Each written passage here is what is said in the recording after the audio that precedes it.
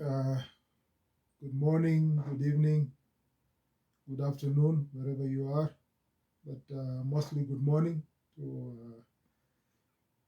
the students in South Sudan, to these two lectures on sustainable development and international trade. Of course, my target audience is university students, those that are doing BA, economics, political science, environmental studies, environmental law, in South Sudan in particular, then in other parts of Africa.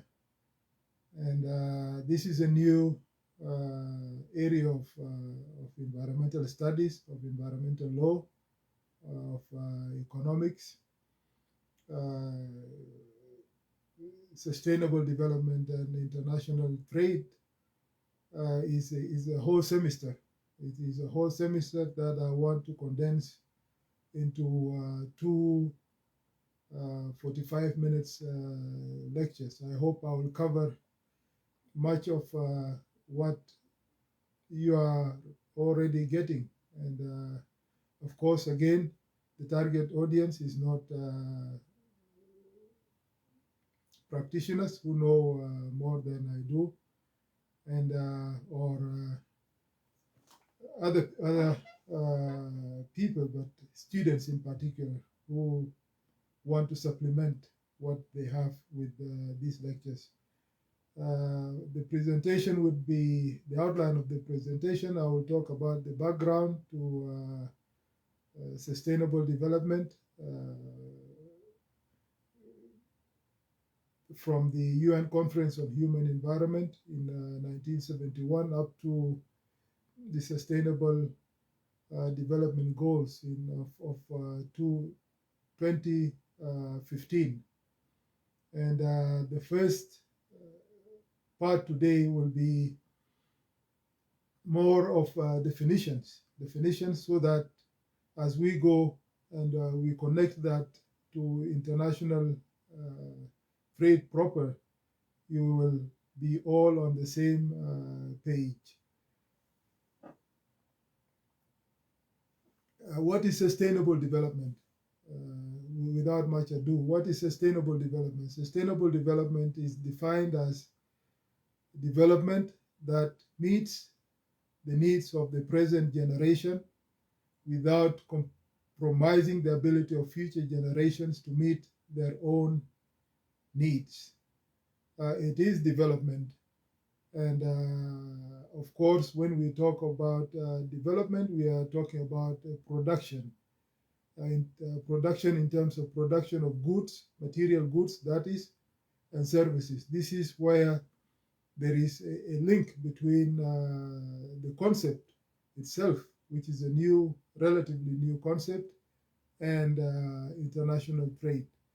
Of course, when we talk about material production of goods and services, we are talking about manufacturing. And in terms of manufacturing, the relationship between manufacturing and sustainable production is that we look at where the company is situated. Companies are situated in an environment where there are rivers around, where there is water, where there are cities that will be affected by the pollution that is produced in the manufacturing process. So when there is development taking place, when there are companies undertaking production of goods and services in an environment, before you allow them to set up their facilities, you carry out a cost-benefit analysis. A cost-benefit analysis that looks at the environmental impact. So you carry what is called environmental impact statement, or environmental impact analysis, or environmental impact assessment. This is produced by knowing the production process, what is that is going to be input into the manufacturing process in terms of chemicals, what greenhouse gases that will be produced, carbon dioxide from these companies that will negatively impact the environment. Pollution, for example, will in a city will impact the quality of life in that city. Pollution of water sources around a city that is used, water sources that is used by the population of a city, then the benefit, the cost is lesser than the benefits, or the cost is higher than the benefits, depending on how you're looking at it. You don't want to destroy the environment, you don't want, but you also want development to come. That is why you carry out this cost-benefit analysis. Sustainability is seen in terms of continuation of the development process, because as long as we live on this earth, we want development to continue. We want to manufacture some goods and services that we need for our daily lives. We need housing that involves doors, that involves roofs, that involves, and you need to cut some trees, but you have to do it sustainably. You cut and you replace. That is why continuation is at the heart of sustainability. So when you hear sustainable, you can replace the word sustainable to continuity or continuation. There are four pillars. There are four pillars of sustainability: the human pillar, the social pillar, the economic pillar. These are three pillars that have always been there, but now the fourth pillar is the environmental pillar. Of course, when we are talking about creating the right balance between development that meets the needs of the present generation, we are talking about development that meets the needs of the human person, such as we will talk later about eradication of poverty and hunger and the rest. It also applies to societies at large, to cities, to countries.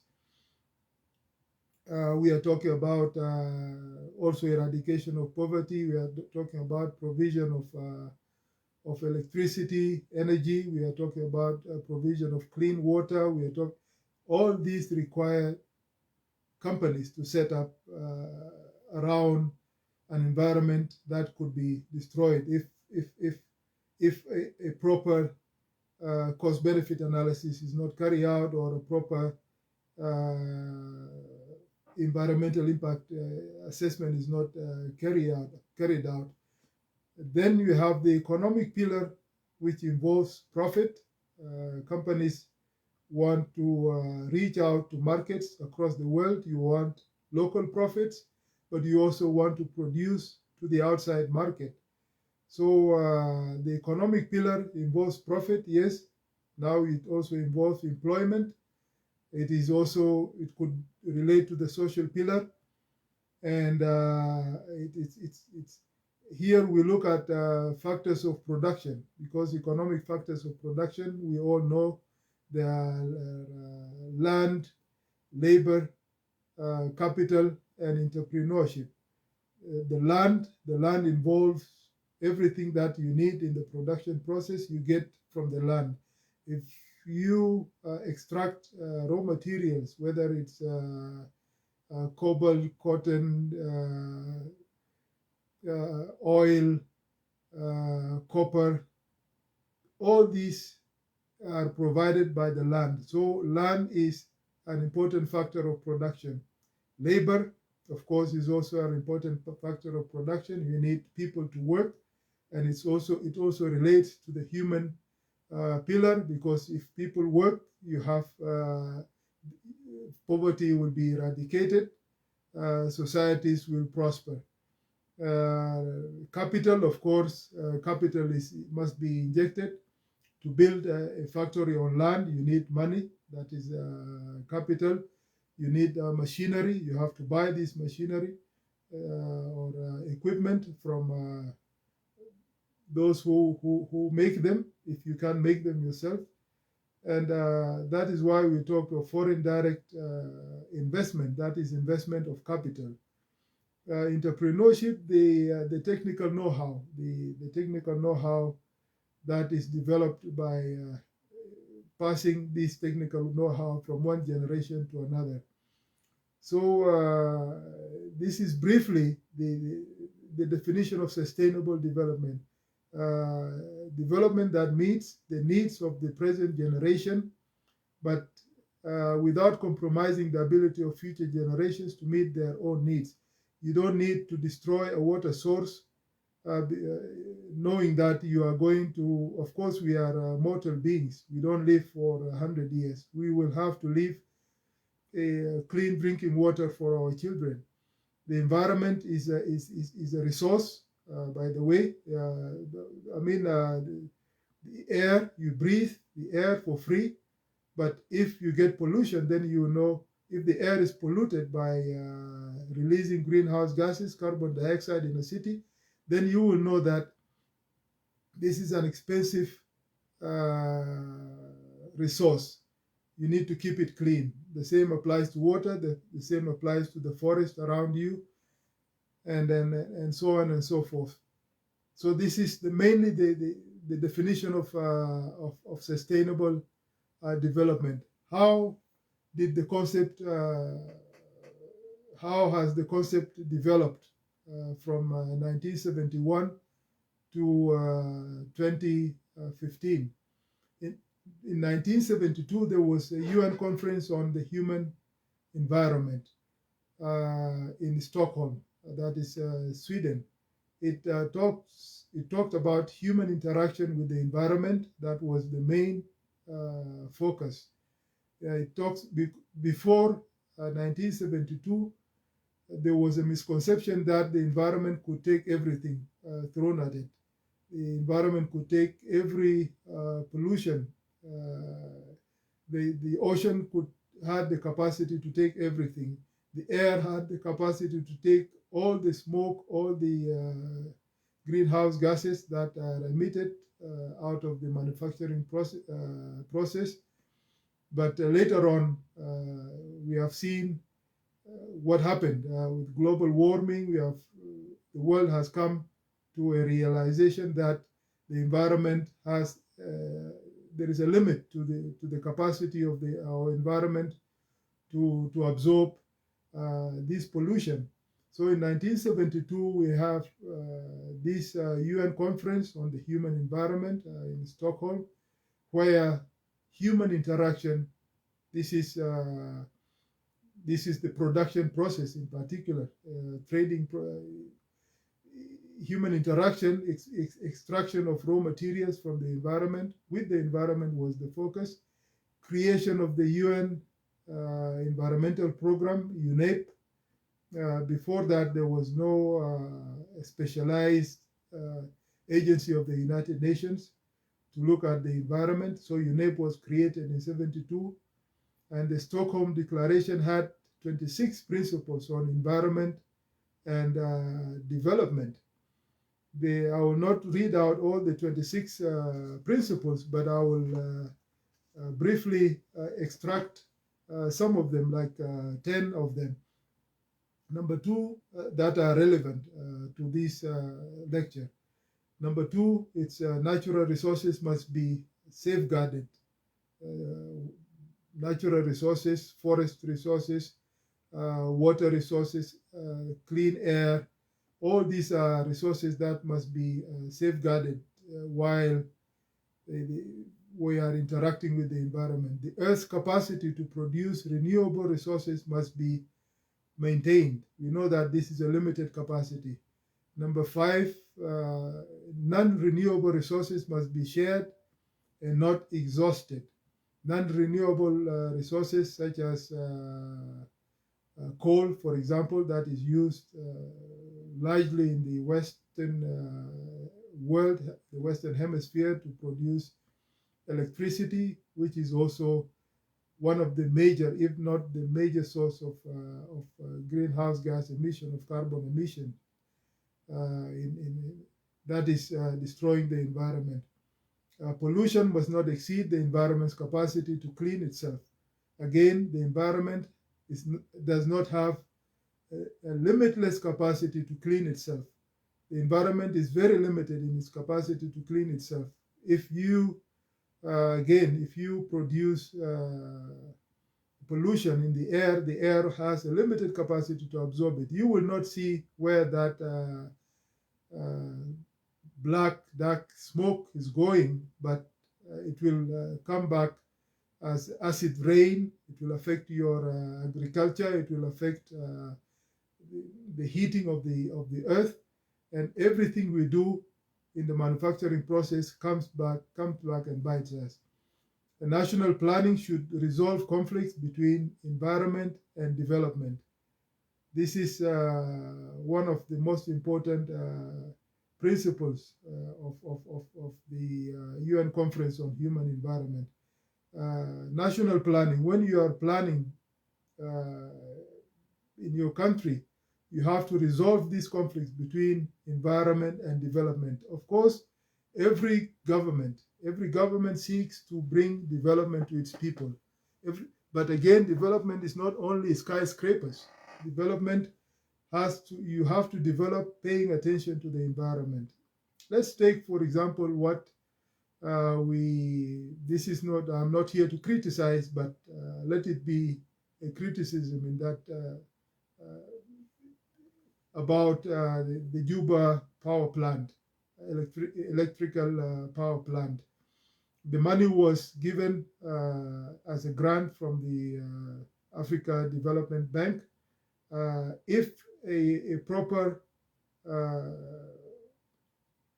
national planning was undertaken between environment and development, that money should have been put into hydroelectric power generation. The money was enough at least to put the first installment and seek extra funding, the Fuller Dam, for example, which is more sustainable than a plant that produces pollution to a big population in Juba, and Juba is growing. Look at Beijing, for example. People go with masks almost every day, even before COVID. This generation in Beijing, in China, are benefiting from skyscrapers, but they are losing just a natural resource, which is clean air. So we have to balance between development and the environment. Compensation, or states, that is 21 states, may exploit their resources as they wish, but must not endanger others. You can set up a factory in Awil, for example, or in Malakal, but if that factory produces pollution, it pollutes the Nile River, and of course upstream we will not be affected, but that pollution will go to Sudan. So you may exploit your resources, but you must not endanger others along the way. 22, compensation is due to states thus endangered. If you do so, then you will have to compensate the state that is endangered. 23, each nation must establish its own standards. This is a whole different area of law, setting standards for companies to emit a specific quantity of carbon dioxide, for example. You have to set those standards of the equipment of those companies. You come and check the equipment. It is a rigorous process in the United States in particular.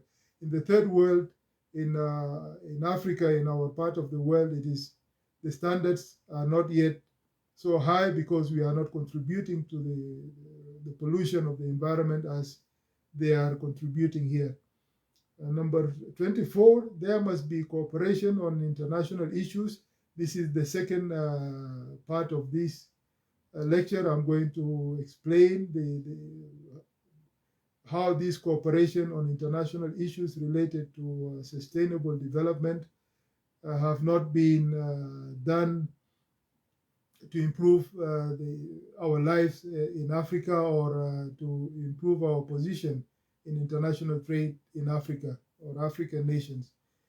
25 international organizations should help to improve the environment. We talked about the UN environmental program earlier, and there are other specialized institutions, UN institutions and other international institutions that have the expertise on carrying out environmental impact statements, and they can help improve the environment. They can help governments carry out those statements.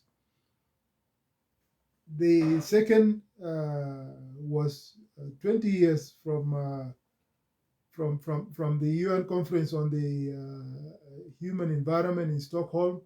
In 20 years later, in 1922, there was a summit, the Earth Summit in Rio de Janeiro in Brazil, the Rio Summit, that was attended by almost all the governments of the world.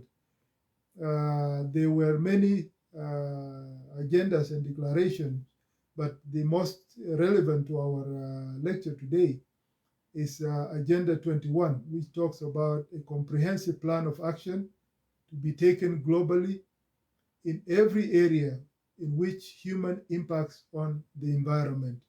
So this is again a recognition at a summit that brought together almost all governments in the world that relates human impacts, human interaction with the environment, environmental sustainability or environmental protection. The Rio Declaration on Environment and Development, again, environment is now linked to development. There is a declaration that was issued.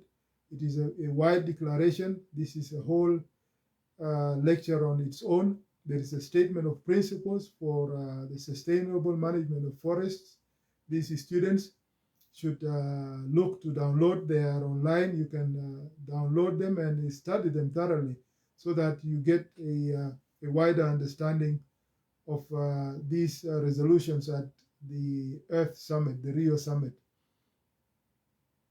Now, in 2000, there was the Millennium Summit that brought almost 150 heads of state and government. The Millennium and the Millennium Declaration was that call for collective responsibility of all the governments of the world to uphold human dignity, equality, and equity, and ensure that globalization becomes a positive force. Hitherto, the Millennium Summit, globalization was not a positive force, and I dare to say that globalization is not a positive force to especially least developed countries, to the developing world, to emerging economies, and to Africa in particular. Globalization has not been a fair interaction. The Millennium Development Goals, these are the MDGs, were 8 goals. The number 1 is eradicate extreme poverty and hunger. Of course, we talked about the 4 pillars of sustainability, the human and social and economic. We are here. Number 1, it's about the human and social. To eradicate extreme poverty and hunger, we are targeting the human person and the society at large. Achieve universal primary education. From the word universal, this is number 2.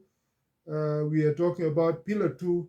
That is a social pillar of sustainability.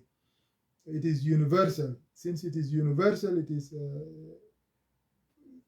universal within a setting of a country, for example, not the universe. Primary education is a human right.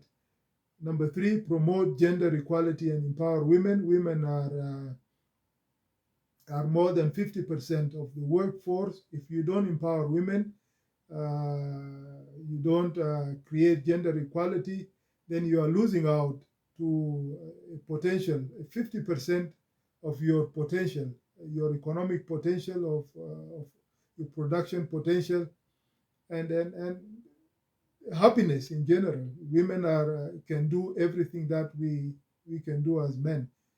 So when we talk about primary education, universally, it includes boys and girls, gender equality and empowerment of women. Of course, we have affirmative action in our case in South Sudan, the 35% in all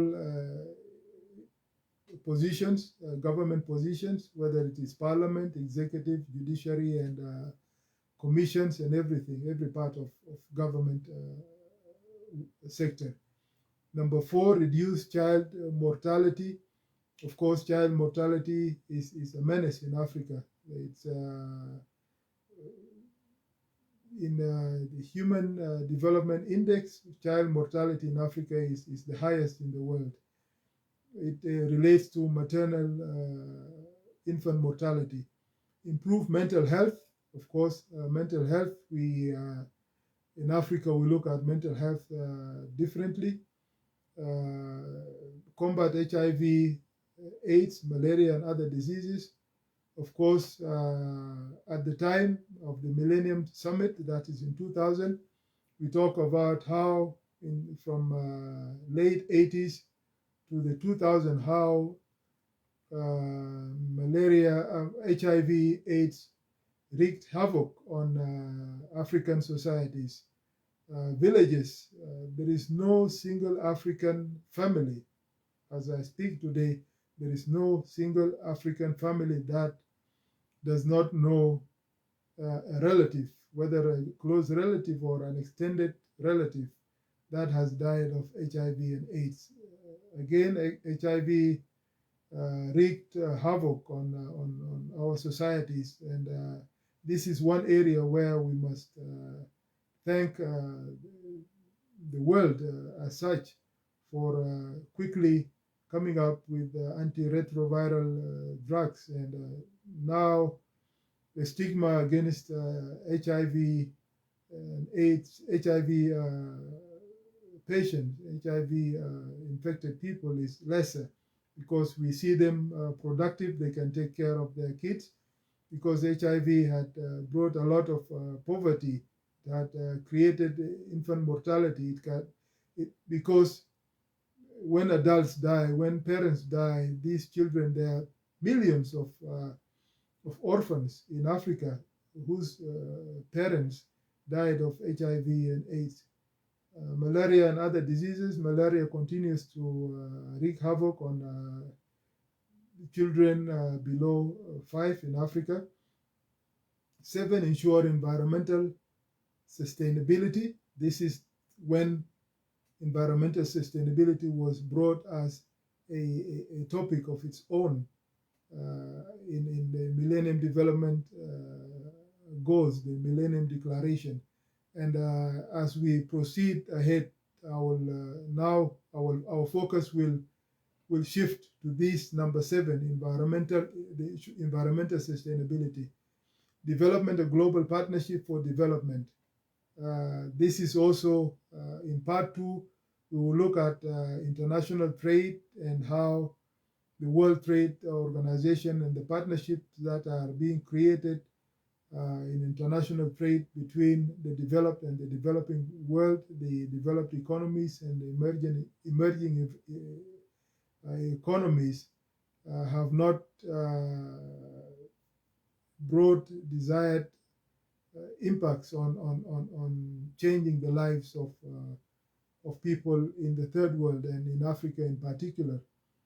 Number 4, we have the Johannesburg Summit. That is the World Summit on Sustainable Development. Now we have 2 summits on sustainable development. One in Rio in 2012.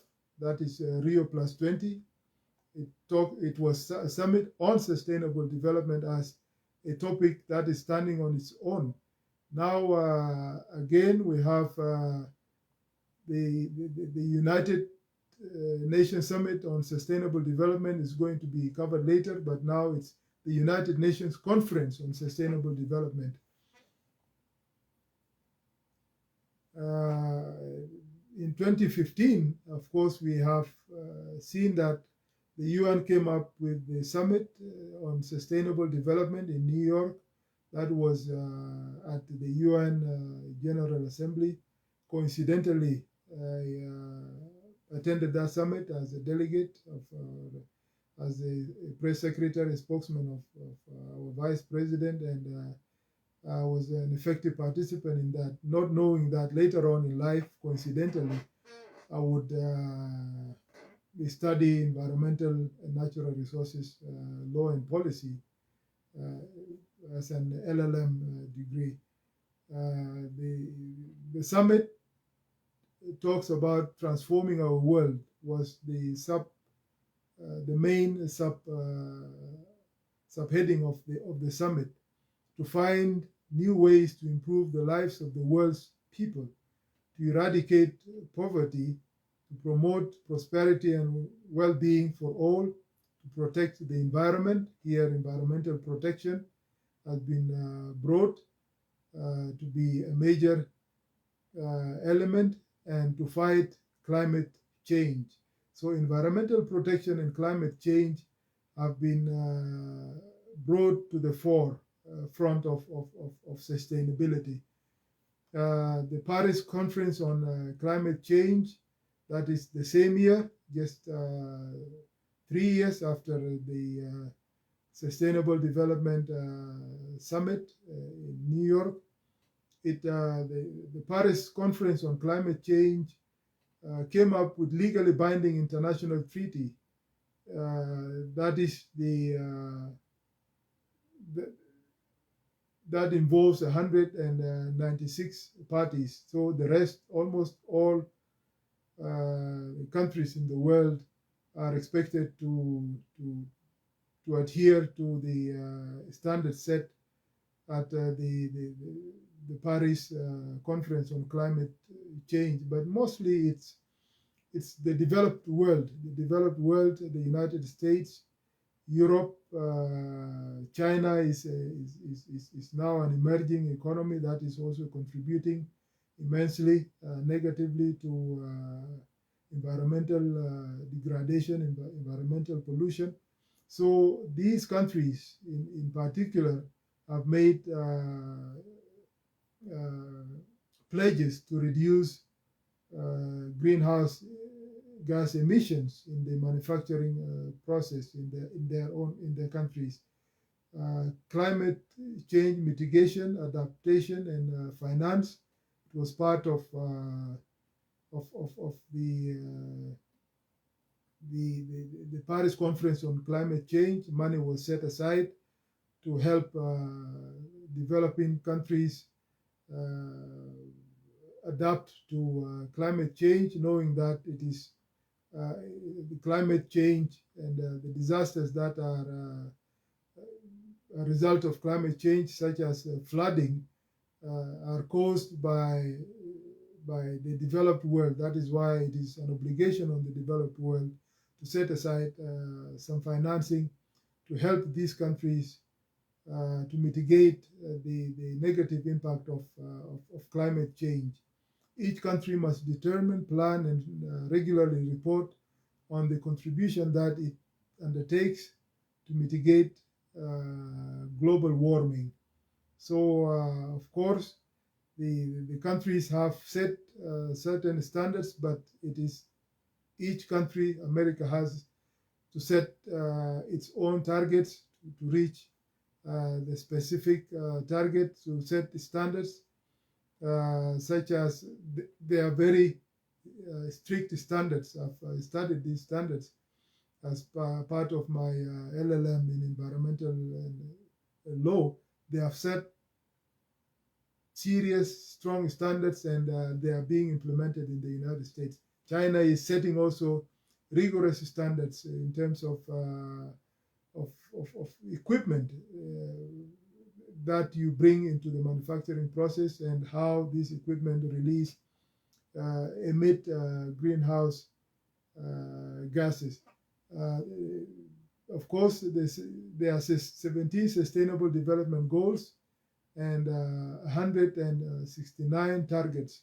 We will not go through all of them, definitely, but of course, these are the same ideas of to end poverty in all its forms everywhere, and to end hunger, improve nutrition, promote sustainable agriculture. This is going to be part of the second part segments, the second part of this lecture about sustainable agriculture, how the developed world is putting the developing world, is putting Africa at a disadvantage, and how the World Trade Organization has tried in terms of trade negotiations, rounds of trade negotiations.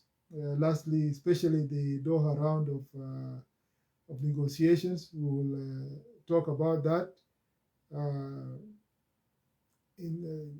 Achieve gender equality, we have mentioned that. Ensure availability and sustainable management of water and sanitation for all. Water health, clean drinking water is important. Last time when I was talking about preventing Egypt from draining the wetlands, I talked about how water is a scarce resource, especially clean drinking water, surface water from lakes, from rivers, from aquifers, that is groundwater, constitute only 0.3% of clean drinking water on the planet. So I mentioned that for a country like South Sudan to have that quantity of water because of its geographical location as a valley, and because it's a low land, it's a blessing. It's a blessing to have clean drinking water that you are not paying for. It is nature that has given you that blessing. Don't pollute it. Oil companies are polluting it. Don't give it away for anything. Ensure access to affordable, reliable, and sustainable and modern energy for all. Of course, energy is a very important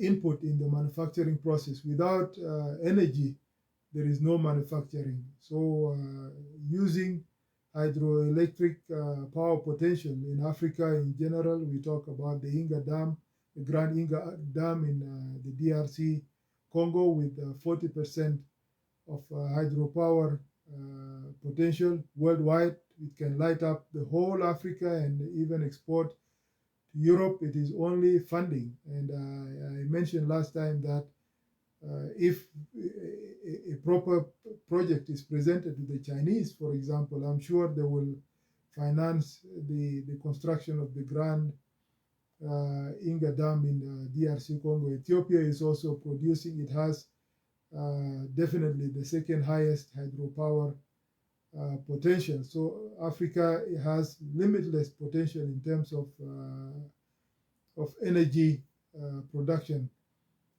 potentials. Promote sustained and inclusive sustainable economic growth. Of course, this is going to be also part of international trade, part of this presentation. Reduce inequality within and among countries. There is a lot of inequality. There is inequality that is by design. The international trading system is designed to keep Africa down. It's designed since colonialism, since before colonialism, to keep Africa down. And this goal number 10, to reduce inequality within and among countries, is one of those issues, is at the heart of the trade negotiations, the Doha round in particular, where the developed world have a voice, where the emerging economies such as Brazil, South Africa, the BRICS, Brazil, South Africa, India, Russia, have come together to China, have come together to create an economic bloc that is siding with the least developed economies in Africa, and it is a single bloc now negotiating for better terms of international trade at the Doha round of negotiations. Ensure sustainable and production patterns. This is also, we have talked about sustainability. Take urgent action to combat climate change and its impacts. That is goal number 13. It's all about climate change and its impact. Conserve and sustain use of the ocean, seas, and marine resources for sustainable development. There are ships all over, including Chinese ships, depleting Africa's fish in Africa's exclusive economic zones on the Indian Ocean part, on the Atlantic Ocean part, the European ships, American ships that are depleting all these fish resources and bringing pollution to the coast of Africa. On the side of the Indian Ocean, there are many Chinese and Indian ships that are fishing in Africa's, in the countries, Mozambique, Somalia, Kenya, these exclusive economic zones, and leading to the crisis of the Somali piracy. Remember, those Somali pirates were fishermen, but because the fish stock that they relied on for centuries, if not millennia, have been depleted for trade purposes, because these ships take these fish and sell them and make money. So it is part of international trade. Again, there are many. Let's go to number 17. Strengthen the means of implementation and revitalize the global partnership for sustainable development. This partnership is being created. This partnership between the developed and the developing world is being created, but at terms set by the developing world. The developing world wants to continue to benefit from international trade, wants to continue exploiting the resources of the developing world, of Africa in particular, and at the same time have given Africa and its partners in the emerging economies, Brazil, India, China, Russia, to a room to discuss, to negotiate new terms of international trade. I will, in my next part of the lecture, I will select the most relevant elements of that, of these goals that are related to international trade, so that we now concentrate on international trade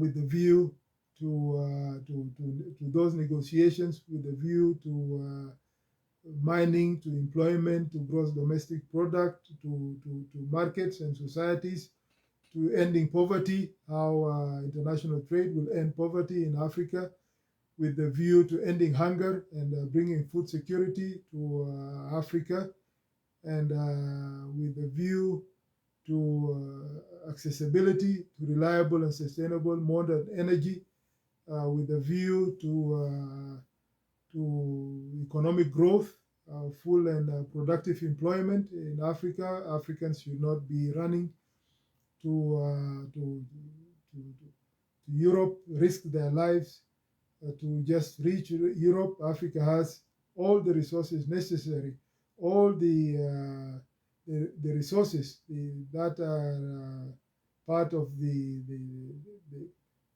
global value chain that can make Africa a developed continent in the same way that China moved from a poor country to soon to be the #1 economy in the world. India was in the 70s, 60s, the was also a very poor economy. The Asian tigers, Singapore, Malaysia, Taiwan, and the rest were also poor at the time when African countries got their independence. Many African countries had higher GDP per capita than those countries. But where is Singapore today? Where is Taiwan today? Where is South Korea today? All these countries were lesser economies than Kenya, than Ghana, than Ivory Coast, than so many African countries. But now there is no basis for comparison because they have made use of their resources, including the human resource, and figured out the balance, figured out what to do in the international trading system. Building resilience infrastructure will also be part of the next, how to get funding from the international community, how international trade contributes to that. Reducing inequality within and among countries is also part of my next my next lecture. The global financial markets and institutions, how the banking sector is playing a role in perpetuating inequality, perpetuating the depletion or the theft of Africa's resources. All these will be part of my next lecture, but today focused on definitions and on the background and the nexus or the link or the connection between sustainable production of goods and services, the connection between cost, how to carry out and why to carry out cost-benefit analysis in the production process, the pillars of sustainability, and how to make profit without destroying the environment. Thank you, and hopefully we will continue these lectures, reaching out to 20 or 40 students. This is a class. This is a whole class. If I've received feedbacks from almost 24 students, 20 from South Sudan, and it has made me feel useful and happy. And incidentally, or it was also good to find a couple of Kenyan students sending me a message in my messenger, and believe it or not, one Ghanaian also sent a message. It's amazing how social media can facilitate our interactions. Social media can facilitate the sharing of knowledge between us, and I hope to continue. Tomorrow I'll get to the second part of this lecture. God bless you. God bless Africa.